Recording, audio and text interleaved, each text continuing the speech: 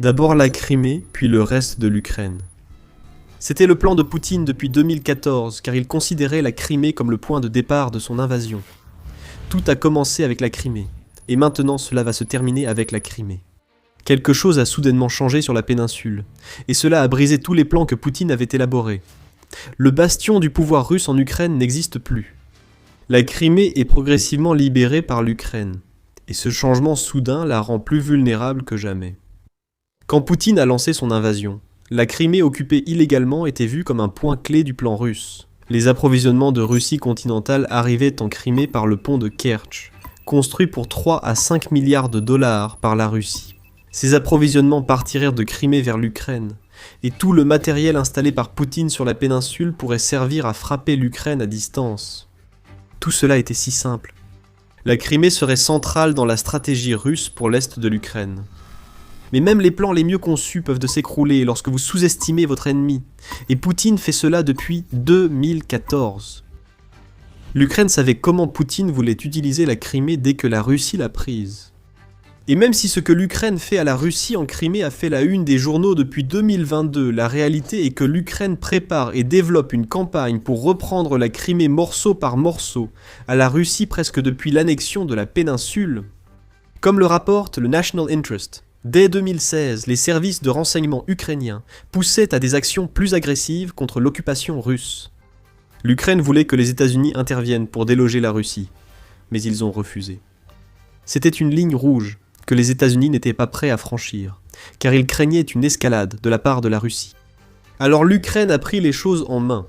Une équipe du renseignement militaire ukrainien, probablement dirigée par l'homme qui est aujourd'hui devenu le chef du bureau présidentiel ukrainien, Kirilo Boudanov, a organisé un raid secret en Crimée en août 2016. S'étendant du 6 au 8 août, l'opération impliquait un groupe de 5 officiers des forces spéciales qui ont débarqué sur la côte ouest de la Crimée pour livrer des explosifs et d'autres matériels à un endroit spécialement désigné près des installations russes sur la péninsule. Ces installations avaient été choisies car l'Ukraine savait que la Russie tenterait de les utiliser lors d'une future invasion.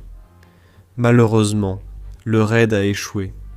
Un membre de l'équipe de Boudanov a été découvert, forçant l'Ukraine à battre en retraite, mais un affrontement a causé la mort de plusieurs Russes. L'Ukraine a été critiquée par les États-Unis et la Russie. Joe Biden, alors vice-président américain, aurait averti l'Ukraine qu'une telle situation ne devait plus se reproduire. Quant à Poutine, convaincu que le raid montrait la faiblesse de l'Ukraine, il a assuré que la Russie ne tolérerait pas de tels actes. Poutine n'avait pas compris que ce raid envoyait un message clair. L'Ukraine n'allait pas abandonner la Crimée. Le raid de août 2016 a échoué, mais il a ouvert la voie à des événements qui ont affaibli la domination de Poutine sur la Crimée. Le changement soudain qui se produit en ce moment est le résultat de cette succession d'événements. L'impact que ce changement a eu sur la Russie a laissé Poutine face à 2 choix terribles, perdre la Crimée ou voir échouer l'invasion du reste de l'Ukraine.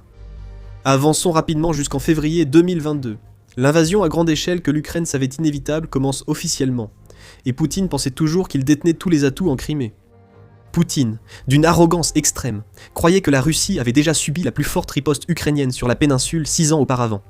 Alors que les soldats russes maraudaient dans le sud et l'est de l'Ukraine, la Crimée serait pratiquement intouchable. L'Ukraine ne possédait pas de véritable marine. La flotte de la mer Noire patrouillait ses propres eaux. Et la seule route terrestre vers la Crimée n'était accessible que si l'Ukraine acceptait de sacrifier des dizaines, voire des centaines de milliers de soldats dans un piège mortel. L'équipement et les troupes franchissaient rapidement le pont de Kertch vers la Crimée pour avancer en Ukraine, et tout semblait aller selon les plans de Vladimir Poutine. Puis, tout a basculé. Le pont de Kertch, monument de Poutine au prétendu succès de la Russie en Crimée, est désormais visé par une nation sans marine réelle. Par un matin frais d'automne en octobre 2022, tout semblait se dérouler normalement sur le pont de 12 miles, qui voyait habituellement passer environ 15 000 véhicules par jour. La circulation était légère tôt le matin, mais aurait augmenté plus tard. Nous disons aurait augmenté, car l'Ukraine avait d'autres plans. Un camion a explosé sur le pont de Kertch alors qu'un train transportant du carburant fonçait vers la Crimée. Capturée par la vidéosurveillance, l'explosion s'est produite à 6h07 locale et elle a ravagé le train russe. Les réservoirs de carburant ont explosé dans la boule de feu. Une partie de la chaussée s'est effondrée, un pilier détruit. L'Ukraine venait de frapper le pont de Kertch, surprenant la Russie. Des leçons de août 2016 avaient été retenues, et soudain, l'Ukraine montra à Poutine qu'il avait bien plus à craindre du renseignement militaire ukrainien qu'il ne le pensait.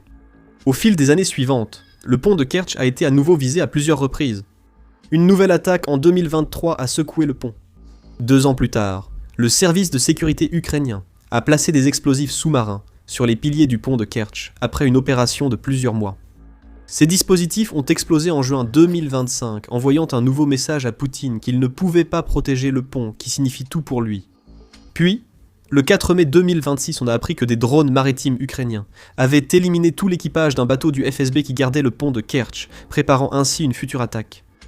La Russie s'interroge tandis que l'Ukraine laisse grandir la paranoïa, alors que 9 marins russes sont enterrés. Les frappes répétées sur le pont de Kertch ont révélé à Vladimir Poutine que sa domination sur la Crimée n'est pas aussi totale qu'il le pensait.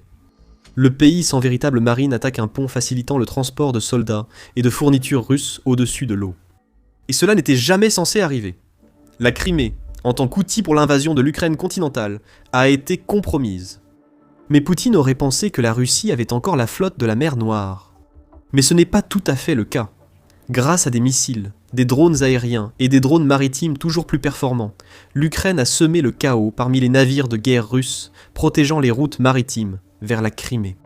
Environ 1/3 de la flotte de la mer Noire a été détruit par l'Ukraine, le reste ayant quitté sa base habituelle à Sébastopol, en Crimée.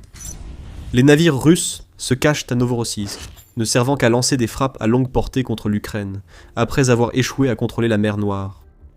La campagne ukrainienne en mer Noire a ajouté une pièce au puzzle de la libération de la Crimée. Les voies navigables sont plus ouvertes que jamais, rendant la Crimée encore plus vulnérable. Aussi certain que Vladimir Poutine l'était de son plan, l'Ukraine appliquait le sien. Le National Interest rappelle que Ben Hodges, ex-commandant des forces américaines en Europe, avait précisé dès le départ le plan que l'Ukraine devrait suivre. La Crimée doit d'abord être isolée, puis rendue inutilisable pour la Russie comme sanctuaire militaire. C'est précisément ce que l'Ukraine a fait ces dernières années. Éliminer la flotte de la mer Noire rend désormais impossible le passage maritime vers et depuis la Crimée. Les attaques contre le pont de Kertch ont forcé la Russie à arrêter d'utiliser ce symbole coûteux de l'arrogance de Poutine pour transporter du matériel militaire en Crimée. Dès mai 2024, le Kyiv indépendant rapportait que la Russie n'utilisait plus le pont de Kertch pour approvisionner ses troupes en première ligne. Les attaques de l'Ukraine avaient rendu cela trop risqué. L'isolement a bien eu lieu. Un changement soudain bouleverse désormais les plans de Poutine pour la Crimée. Avec la péninsule principalement isolée, l'Ukraine met en œuvre la deuxième partie du plan de Hodges, en rendant la péninsule totalement inutile pour la Russie en tant qu'atout militaire. Comment ? Les défenses aériennes de la Crimée sont détruites à un rythme stupéfiant, ce qui promet de sérieux ennuis à la Russie. Avant d'approfondir, petit rappel, vous êtes sur The Military Show. Si la chaîne vous plaît, abonnez-vous pour ne pas rater les prochaines vidéos. Alors qu'elle réduisait la flotte de la mer Noire et rendait le pont de Kertch inutilisable, l'Ukraine a mené une campagne plus large pour détruire les défenses aériennes installées par Poutine en Crimée. Les drones et missiles frappent tout. En Crimée, des nœuds logistiques, systèmes radars et batteries de défense aérienne brûlent presque chaque semaine, l'Ukraine cherchant à réduire la densité de la défense aérienne multicouche installée par la Russie sur la péninsule. Les massacres mensuels des défenses aériennes russes sont devenus courants, comme l'a montré Mars. Dans un rapport du 15 avril, Ukrinform a indiqué que les attaques ukrainiennes contre la Crimée occupée et d'autres territoires occupés avaient détruit 54 unités de défense aérienne russes réparties en 15 radars et 39 lanceurs de missiles sol-air. Le 9 mars à lui seul a été marqué par une frappe qui a détruit une paire de radomes en Crimée, ainsi qu'un système radar Nebo-U et un radar 5 N84A Oborona 14. Ce n'est qu'un exemple. L'Ukraine cible les défenses aériennes depuis longtemps. Chaque frappe en Crimée affaiblit la protection que Poutine a mise en place. Quand l'Ukraine détruit les défenses aériennes à l'est et au sud dans les territoires occupés, cela crée des couloirs aériens sûrs pour envoyer plus de drones et de missiles vers la Crimée. Voici le changement soudain. La Crimée est désormais vulnérable, car des brèches permettent à l'Ukraine de l'attaquer presque à volonté. Un professeur de sciences politiques à l'Université nationale Académie Mohyla de Kiev, Taras Kuzio, expose la stratégie. L'Ukraine détruit les défenses aériennes russes partout, pas seulement en Crimée, pour ouvrir des couloirs sûrs permettant des frappes à moyenne et longue portée derrière les lignes ennemies. Cette seconde partie de la déclaration pose autant de problèmes à Poutine que la dégradation de la Crimée par l'Ukraine. Les défenses aériennes de Crimée tombant, l'Ukraine peut déployer ses drones longue portée, comme le Flamingo, au-dessus de la Crimée et jusqu'en Russie. Ce qui devait être un pilier de protection pour toute la Russie est devenu une péninsule isolée et de plus en plus inutile. L'Ukraine a aussi fait preuve d'intelligence. Le HUR, renseignement militaire ukrainien, s'est illustré en neutralisant les défenses aériennes en Crimée. En particulier, l'unité Ghost s'est spécialisée dans la destruction du meilleur que la Russie puisse offrir, y compris les systèmes de défense aérienne S-300, S-400 et Buk. Les frappes de précision sont devenues la spécialité des Ghosts, et elles sont menées avec intelligence. Détruire des batteries de défense aérienne compte, mais viser sans relâche les radars en Crimée affaiblit réellement la mainmise de Poutine. Pourquoi ? Les radars sont chers et complexes à fabriquer. C'était déjà le cas avant l'invasion de Poutine. Mais maintenant, la Russie ploie sous le poids des sanctions occidentales, ce qui rend plus difficile et plus coûteux pour elle de se procurer les pièces nécessaires à la construction de radars de remplacement. Sans radars, des batteries de défense aérienne deviennent inutiles. Ils ne peuvent pas tirer sur ce qu'ils ne voient pas, laissant Poutine et ses acolytes dévastés face aux drones ukrainiens survolant des systèmes de défense impuissants près de radars détruits. Les failles sont exploitées. Ce changement soudain est désormais achevé. L'Ukraine peut renforcer sa stratégie pour la Crimée. Le HUR cible toujours la Crimée aux côtés des forces ukrainiennes de drones. En mars et avril, l'Ukraine a mené 76 frappes contre les défenses aériennes russes en Crimée et sur le territoire occupé, soit 39 frappes en mars et 37 en avril. Au cours des 2 mois précédents, l'Ukraine avait lancé près de 50 frappes de ce type, ayant ainsi augmenté le nombre de ses attaques contre les défenses aériennes russes d'environ 300% depuis la fin de 2025. La Crimée, c'est la priorité de l'Ukraine pour reprendre les territoires occupés. Sur les 173 frappes géolocalisées et confirmées que l'Ukraine a menées contre la Russie dans ses territoires, 100 ont eu lieu en Crimée, rapporte le collectif Toxny. Le même collectif note également que l'Ukraine s'efforce de réduire les défenses aériennes de la Crimée depuis le début de 2025 et que sa campagne s'est intensifiée à l'approche de la mi-2026. Nous voyons qu'avec cette approche intensifiée, Poutine n'a aucune réponse à ce que fait l'Ukraine en Crimée. C'est simple, si la Russie pouvait faire quoi que ce soit contre ces attaques, elle le ferait. Mais nous voyons de plus en plus de défenses aériennes de la Crimée être neutralisées mois après mois, et cela ne fera qu'empirer pour la Russie à partir de maintenant. Ce type d'attaque soutient la seconde phase du plan de Hodges, rendre la Crimée militairement inutile pour la Russie. Mais l'Ukraine va encore plus loin. Au-delà du fait de forcer Poutine à renoncer à son contrôle sur la Crimée grâce à ses frappes constantes dans le but de la libérer, l'Ukraine utilise désormais la faiblesse de la Crimée pour permettre des frappes plus en profondeur sur le territoire russe. En plus de cela, le potentiel offensif de la Crimée s'érode progressivement. Des drones et missiles sont lancés depuis la péninsule vers l'Ukraine. Quand les défenses aériennes s'effondrent, les sites et les infrastructures qui rendent ces tirs possibles deviennent des cibles. Nous commençons déjà à voir cela se produire. Le 2 avril, on a appris que l'Ukraine avait frappé un aérodrome en Crimée, détruisant une base de drones Orion et un avion AN-72P dans l'opération. Fin avril, les forces spéciales ukrainiennes ont attaqué un dépôt de missiles Iskander en Crimée. Rien n'aurait été possible sans le changement soudain de la posture de défense aérienne de la Russie.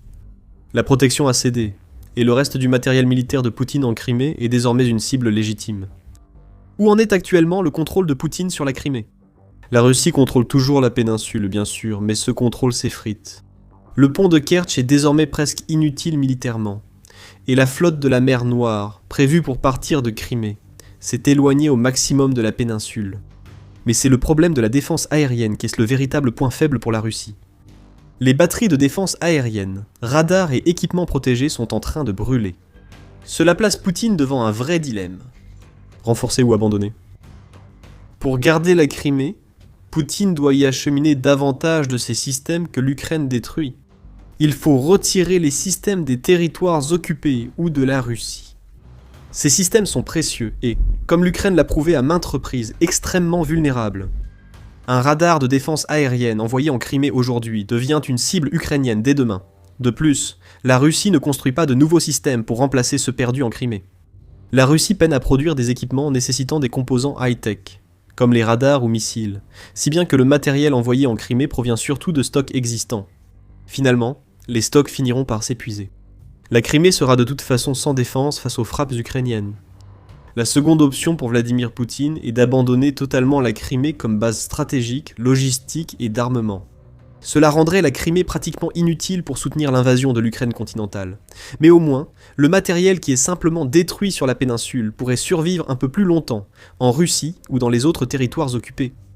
Le principal inconvénient ici, c'est que refuser de remplacer les défenses détruites de la Crimée laisse complètement isolés les quelques 800 000 citoyens russes qui ont migré en Crimée depuis l'annexion, ainsi que les dizaines de milliers de soldats russes présents sur la péninsule.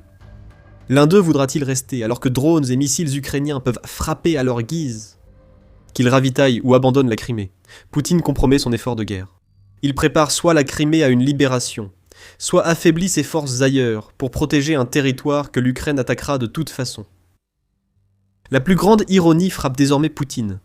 La Crimée, d'où la guerre contre l'Ukraine a commencé, semble aujourd'hui devoir la voir se terminer. Et il est intéressant de noter qu'il y a un homme qui avait tout prévu. En août 2022, le président ukrainien, Volodymyr Zelensky, s'est exprimé lors de la plateforme de Crimée pour évoquer l'intention de l'Ukraine de libérer la Crimée, et une déclaration précise de Zelensky a retenu notre attention. Je souligne que pour l'Ukraine, la Crimée n'est ni un simple territoire, ni une monnaie d'échange géopolitique, contrairement à un État terroriste.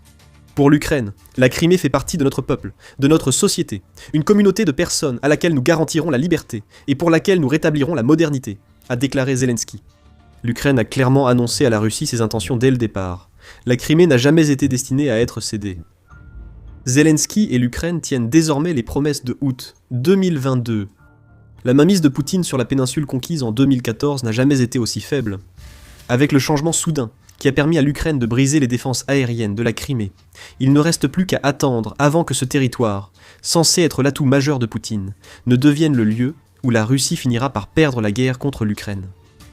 La libération totale de la Crimée a commencé. Le plan de l'Ukraine progresse et Poutine ne peut rien y changer. Tout ce que fait l'Ukraine, en ce moment, vise à accomplir une seule chose qui retirera complètement la Crimée occupée de la guerre, la destruction totale du pont de Kertch. Pour en savoir plus sur ce sujet et le plan de l'Ukraine, regardez notre vidéo. Si vous avez aimé cette vidéo, abonnez-vous à The Military Show pour d'autres reportages sur la stratégie de l'Ukraine pour sa péninsule annexée. Merci de nous avoir regardés.